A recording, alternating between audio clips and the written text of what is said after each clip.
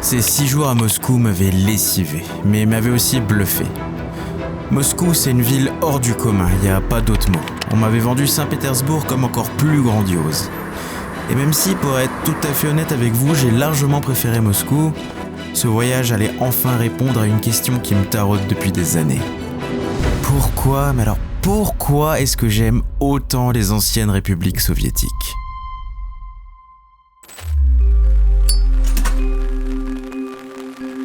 Le problème de Saint-Pétersbourg, c'est pas que c'est moche, bien au contraire, c'est magnifique. Le problème, c'est cette impression d'avoir quitté la Russie. J'ai tantôt l'impression d'être à Vienne devant ses façades classiques, délicates et raffinées. J'ai tantôt l'impression d'être à Venise en longeant les canaux de la Neva. Parfois, j'ai même l'impression d'être à Paris en regardant ces vieilles pierres bordant le fleuve avec beaucoup de style. Si Moscou est l'archétype absolu de la Russie, Saint-Pétersbourg en incarne son penchant européen. Et c'est pas un hasard.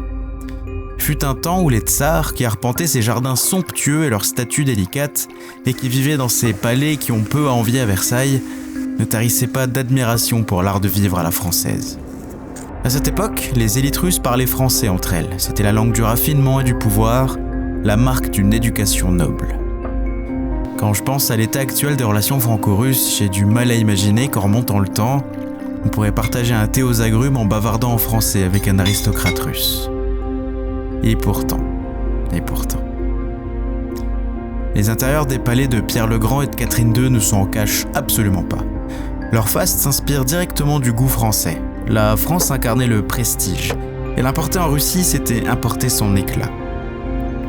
Même l'Ermitage, plus grand musée du monde avec ses 3 millions d'objets, doit son apparence à des architectes italiens et français qui ont façonné la ville au XVIIIe siècle, et c'est peu dire que ça en jette un max. Saint-Pétersbourg est un pont entre deux mondes, une passerelle entre les blocs. On marche sur les pavés de l'avenue Nevski comme on feuillette un livre d'histoire. À Moscou, chaque pierre raconte la Russie soviétique et impériale. Saint-Pétersbourg grave les souvenirs d'un autre chapitre. Loin du brutalisme écrasant de la capitale, elle ne cherche pas à écraser par la puissance, mais à impressionner par la classe et le bon goût. Un peu comme nous avant 45 en fait. Le cours de l'histoire nous a éloignés, mais quelque chose demeure. Lorsqu'on déambule entre ces façades pastel et ces dômes scintillants, on sent une étrange familiarité. Comme si l'âme de l'Europe s'était imprimée ici, aux confins du continent.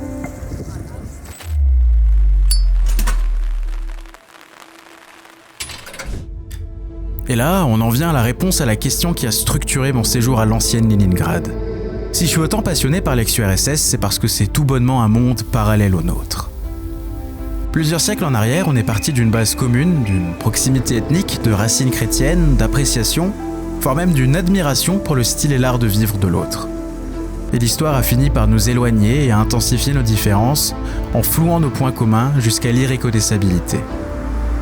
On a commencé dans le même camp pendant la Grande Guerre et la Seconde Guerre mondiale, puis la guerre froide a commencé à marquer notre scission, à scinder l'hémisphère nord entre deux pôles disjoints par la politique. Malgré les tentatives de rabibochage de l'après-URSS, rien n'a vraiment évolué dans le sens de la réconciliation.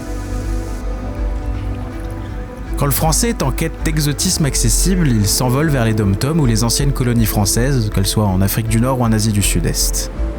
Le russe, de son côté, s'envolera skier dans le Caucase ou en Asie centrale, qui sont des pays avec lesquels la Russie a entretenu une certaine forme de relation coloniale pendant les périodes impériales et soviétiques. Si les Français connaissent tous la Réunion, la Martinique, le Maroc, la Tunisie, et savent peu ou prou les placer sur une carte, je suis prêt à parier que nombre d'entre eux ne sauraient pas placer ni l'Arménie ni la Géorgie, et qu'ils n'ont même jamais entendu parler de la moitié des nations d'Asie centrale. Quand j'arpente ces régions, j'ai l'impression de redécouvrir mon environnement comme si certaines décisions historiques n'avaient pas été les mêmes, comme si certains événements historiques fondamentaux n'avaient pas eu le même retentissement, comme une sorte de réalité alternative, comme si un auteur de fanfiction avait réécrit notre histoire en y semant des germes marxistes-léninistes et en y plantant des montagnes colossales, des forêts boréales et des steppes infinies. C'est vraiment deux mondes parallèles, je vous dis, deux mondes parallèles.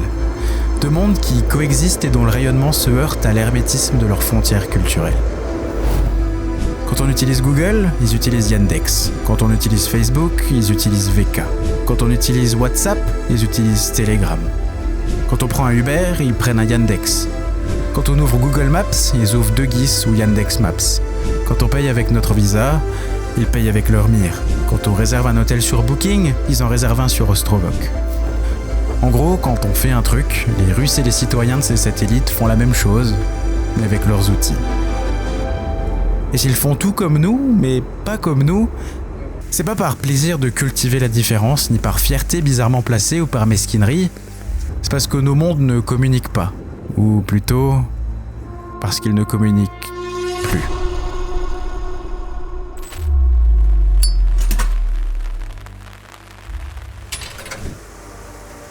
L'eau. L'eau est omniprésente à Saint-Pétersbourg. Elle serpente entre les palais, elle embrasse les quais de granit, elle enlace les ponts de fer forgés. Elle miroite sous le soleil rasant et elle s'assombrit sous les nuages bas. Elle suinte des murs fatigués par l'humidité, elle ruisselle sur les pavés lisses, elle clapote sous la proue des bateaux qui fendent la Neva. Ici, l'eau n'est pas seulement un élément de paysage, elle est l'ossature de la ville, son fil conducteur, son réseau artériel. Elle était là avant Saint-Pétersbourg et sera encore là bien après elle. L'eau nourrit, elle est indispensable à la vie telle qu'on la connaît. Elle a apporté la prospérité à Saint-Pétersbourg, elle a ouvert ses quais au commerce, elle a aussi tissé des liens avec le monde. Elle a porté les navires, elle a charrié les marchandises, et elle a fait voyager les hommes et leurs idées. Elle a été un trait d'union, elle a été une invitation au dialogue, et pourtant aujourd'hui, elle ne rapproche plus. Elle s'étend, majestueuse, mais demeure un mur invisible entre deux rives qui s'ignorent. Les ponts s'ouvrent chaque nuit pour laisser passer les navires, mais entre la Russie et l'Europe, ces ponts-là sont levés en permanence. On a bâti des voies navigables pour relier les peuples, mais on les utilise pour nous isoler. Le fleuve suit son cours, immuable, il a vu défiler les siècles, il a vu défiler les régimes, il a vu défiler les empires et leurs chutes. L'eau n'a cessé de couler sous les ponts, tout comme le temps n'a pas arrêté de s'écouler. Il a vu l'Occident et l'Orient s'apprécier, il les a vus se déchirer, et il verra bien ce qui se passera après. Il a vu la curiosité mutuelle se changer en méfiance, puis en défiance, et puis finalement en indifférence. Comme si l'eau qui aurait pu nous unir était devenue une frontière liquide, et on regarde de loin, à travers les ondulations incertaines des vagues de la mer Baltique, un monde qui a été le nôtre et qu'on a choisi d'ignorer. L'Occident et l'Orient, malgré leurs dérives, malgré les tempêtes, sont toujours debout. L'un choisit la voie de l'ouverture et de la tolérance comme étendard, l'autre a resserré ses rangs autour de la force et de la cohésion. L'un choisit le pardon et l'ouverture universelle comme vecteur de progrès, l'autre, pour le dire crûment, s'y endurcit pour ne jamais laisser à son adversaire l'opportunité de le baiser deux fois. Deux courants diamétralement opposés, deux philosophies irréconciliables, et pourtant, comme les rives d'un même fleuve, condamnés à exister l'un en face de l'autre. Mais l'eau, elle a une mémoire. Elle garde en elle les souvenirs des époques révolues. Elle reflète nos erreurs et nos renoncements.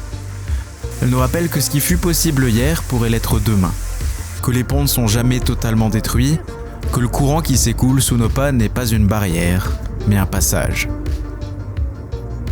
La prochaine fois que vous irez prendre l'air en face de l'Ermitage, ou que vous entendrez parler de l'un des 340 ponts de la Palmyre septentrionale, prenez une minute.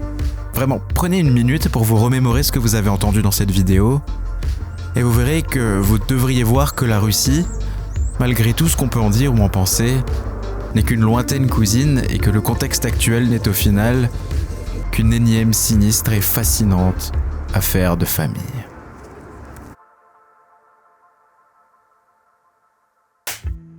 Aborder le sujet de la Russie, ça a été un exercice particulièrement périlleux. Mais j'espère qu'au travers de cette petite vidéo sur Saint-Pétersbourg, qui est un peu plus courte que d'habitude, j'ai réussi à vous faire comprendre en quoi cette région du monde que tout le monde connaît sans vraiment la connaître est vraiment fascinante. Je tiens aussi à remercier les plusieurs centaines de personnes qui ont choisi de s'abonner à cette chaîne après la vidéo sur Moscou, ça fait vraiment plaisir, c'est une belle forme de reconnaissance. Mais la plus belle des formes de reconnaissance, c'est ces quelques personnes qui m'ont contacté sur Instagram pour me demander des conseils, pour entreprendre eux-mêmes des voyages dans les destinations que j'ai couvertes. Ça, pour moi, c'est vraiment la plus belle des formes de reconnaissance, de ressentir que j'ai inspiré des gens à faire comme moi. C'est fou. Et à ce propos, si ça vous intéresse de voir des vidéos dans lesquelles je vous explique clé en main comment entreprendre un voyage dans une des destinations que j'ai couvertes sur la chaîne, dites-le moi en commentaire. C'est du contenu qui est plutôt fun à produire, plutôt rapide, parce que là, pour les docu-vlogs que je propose d'habitude, on parle d'entre 2 et 4 heures de travail par minute de produit fini. Et si ça vous intéresse que je fasse des formats plus légers et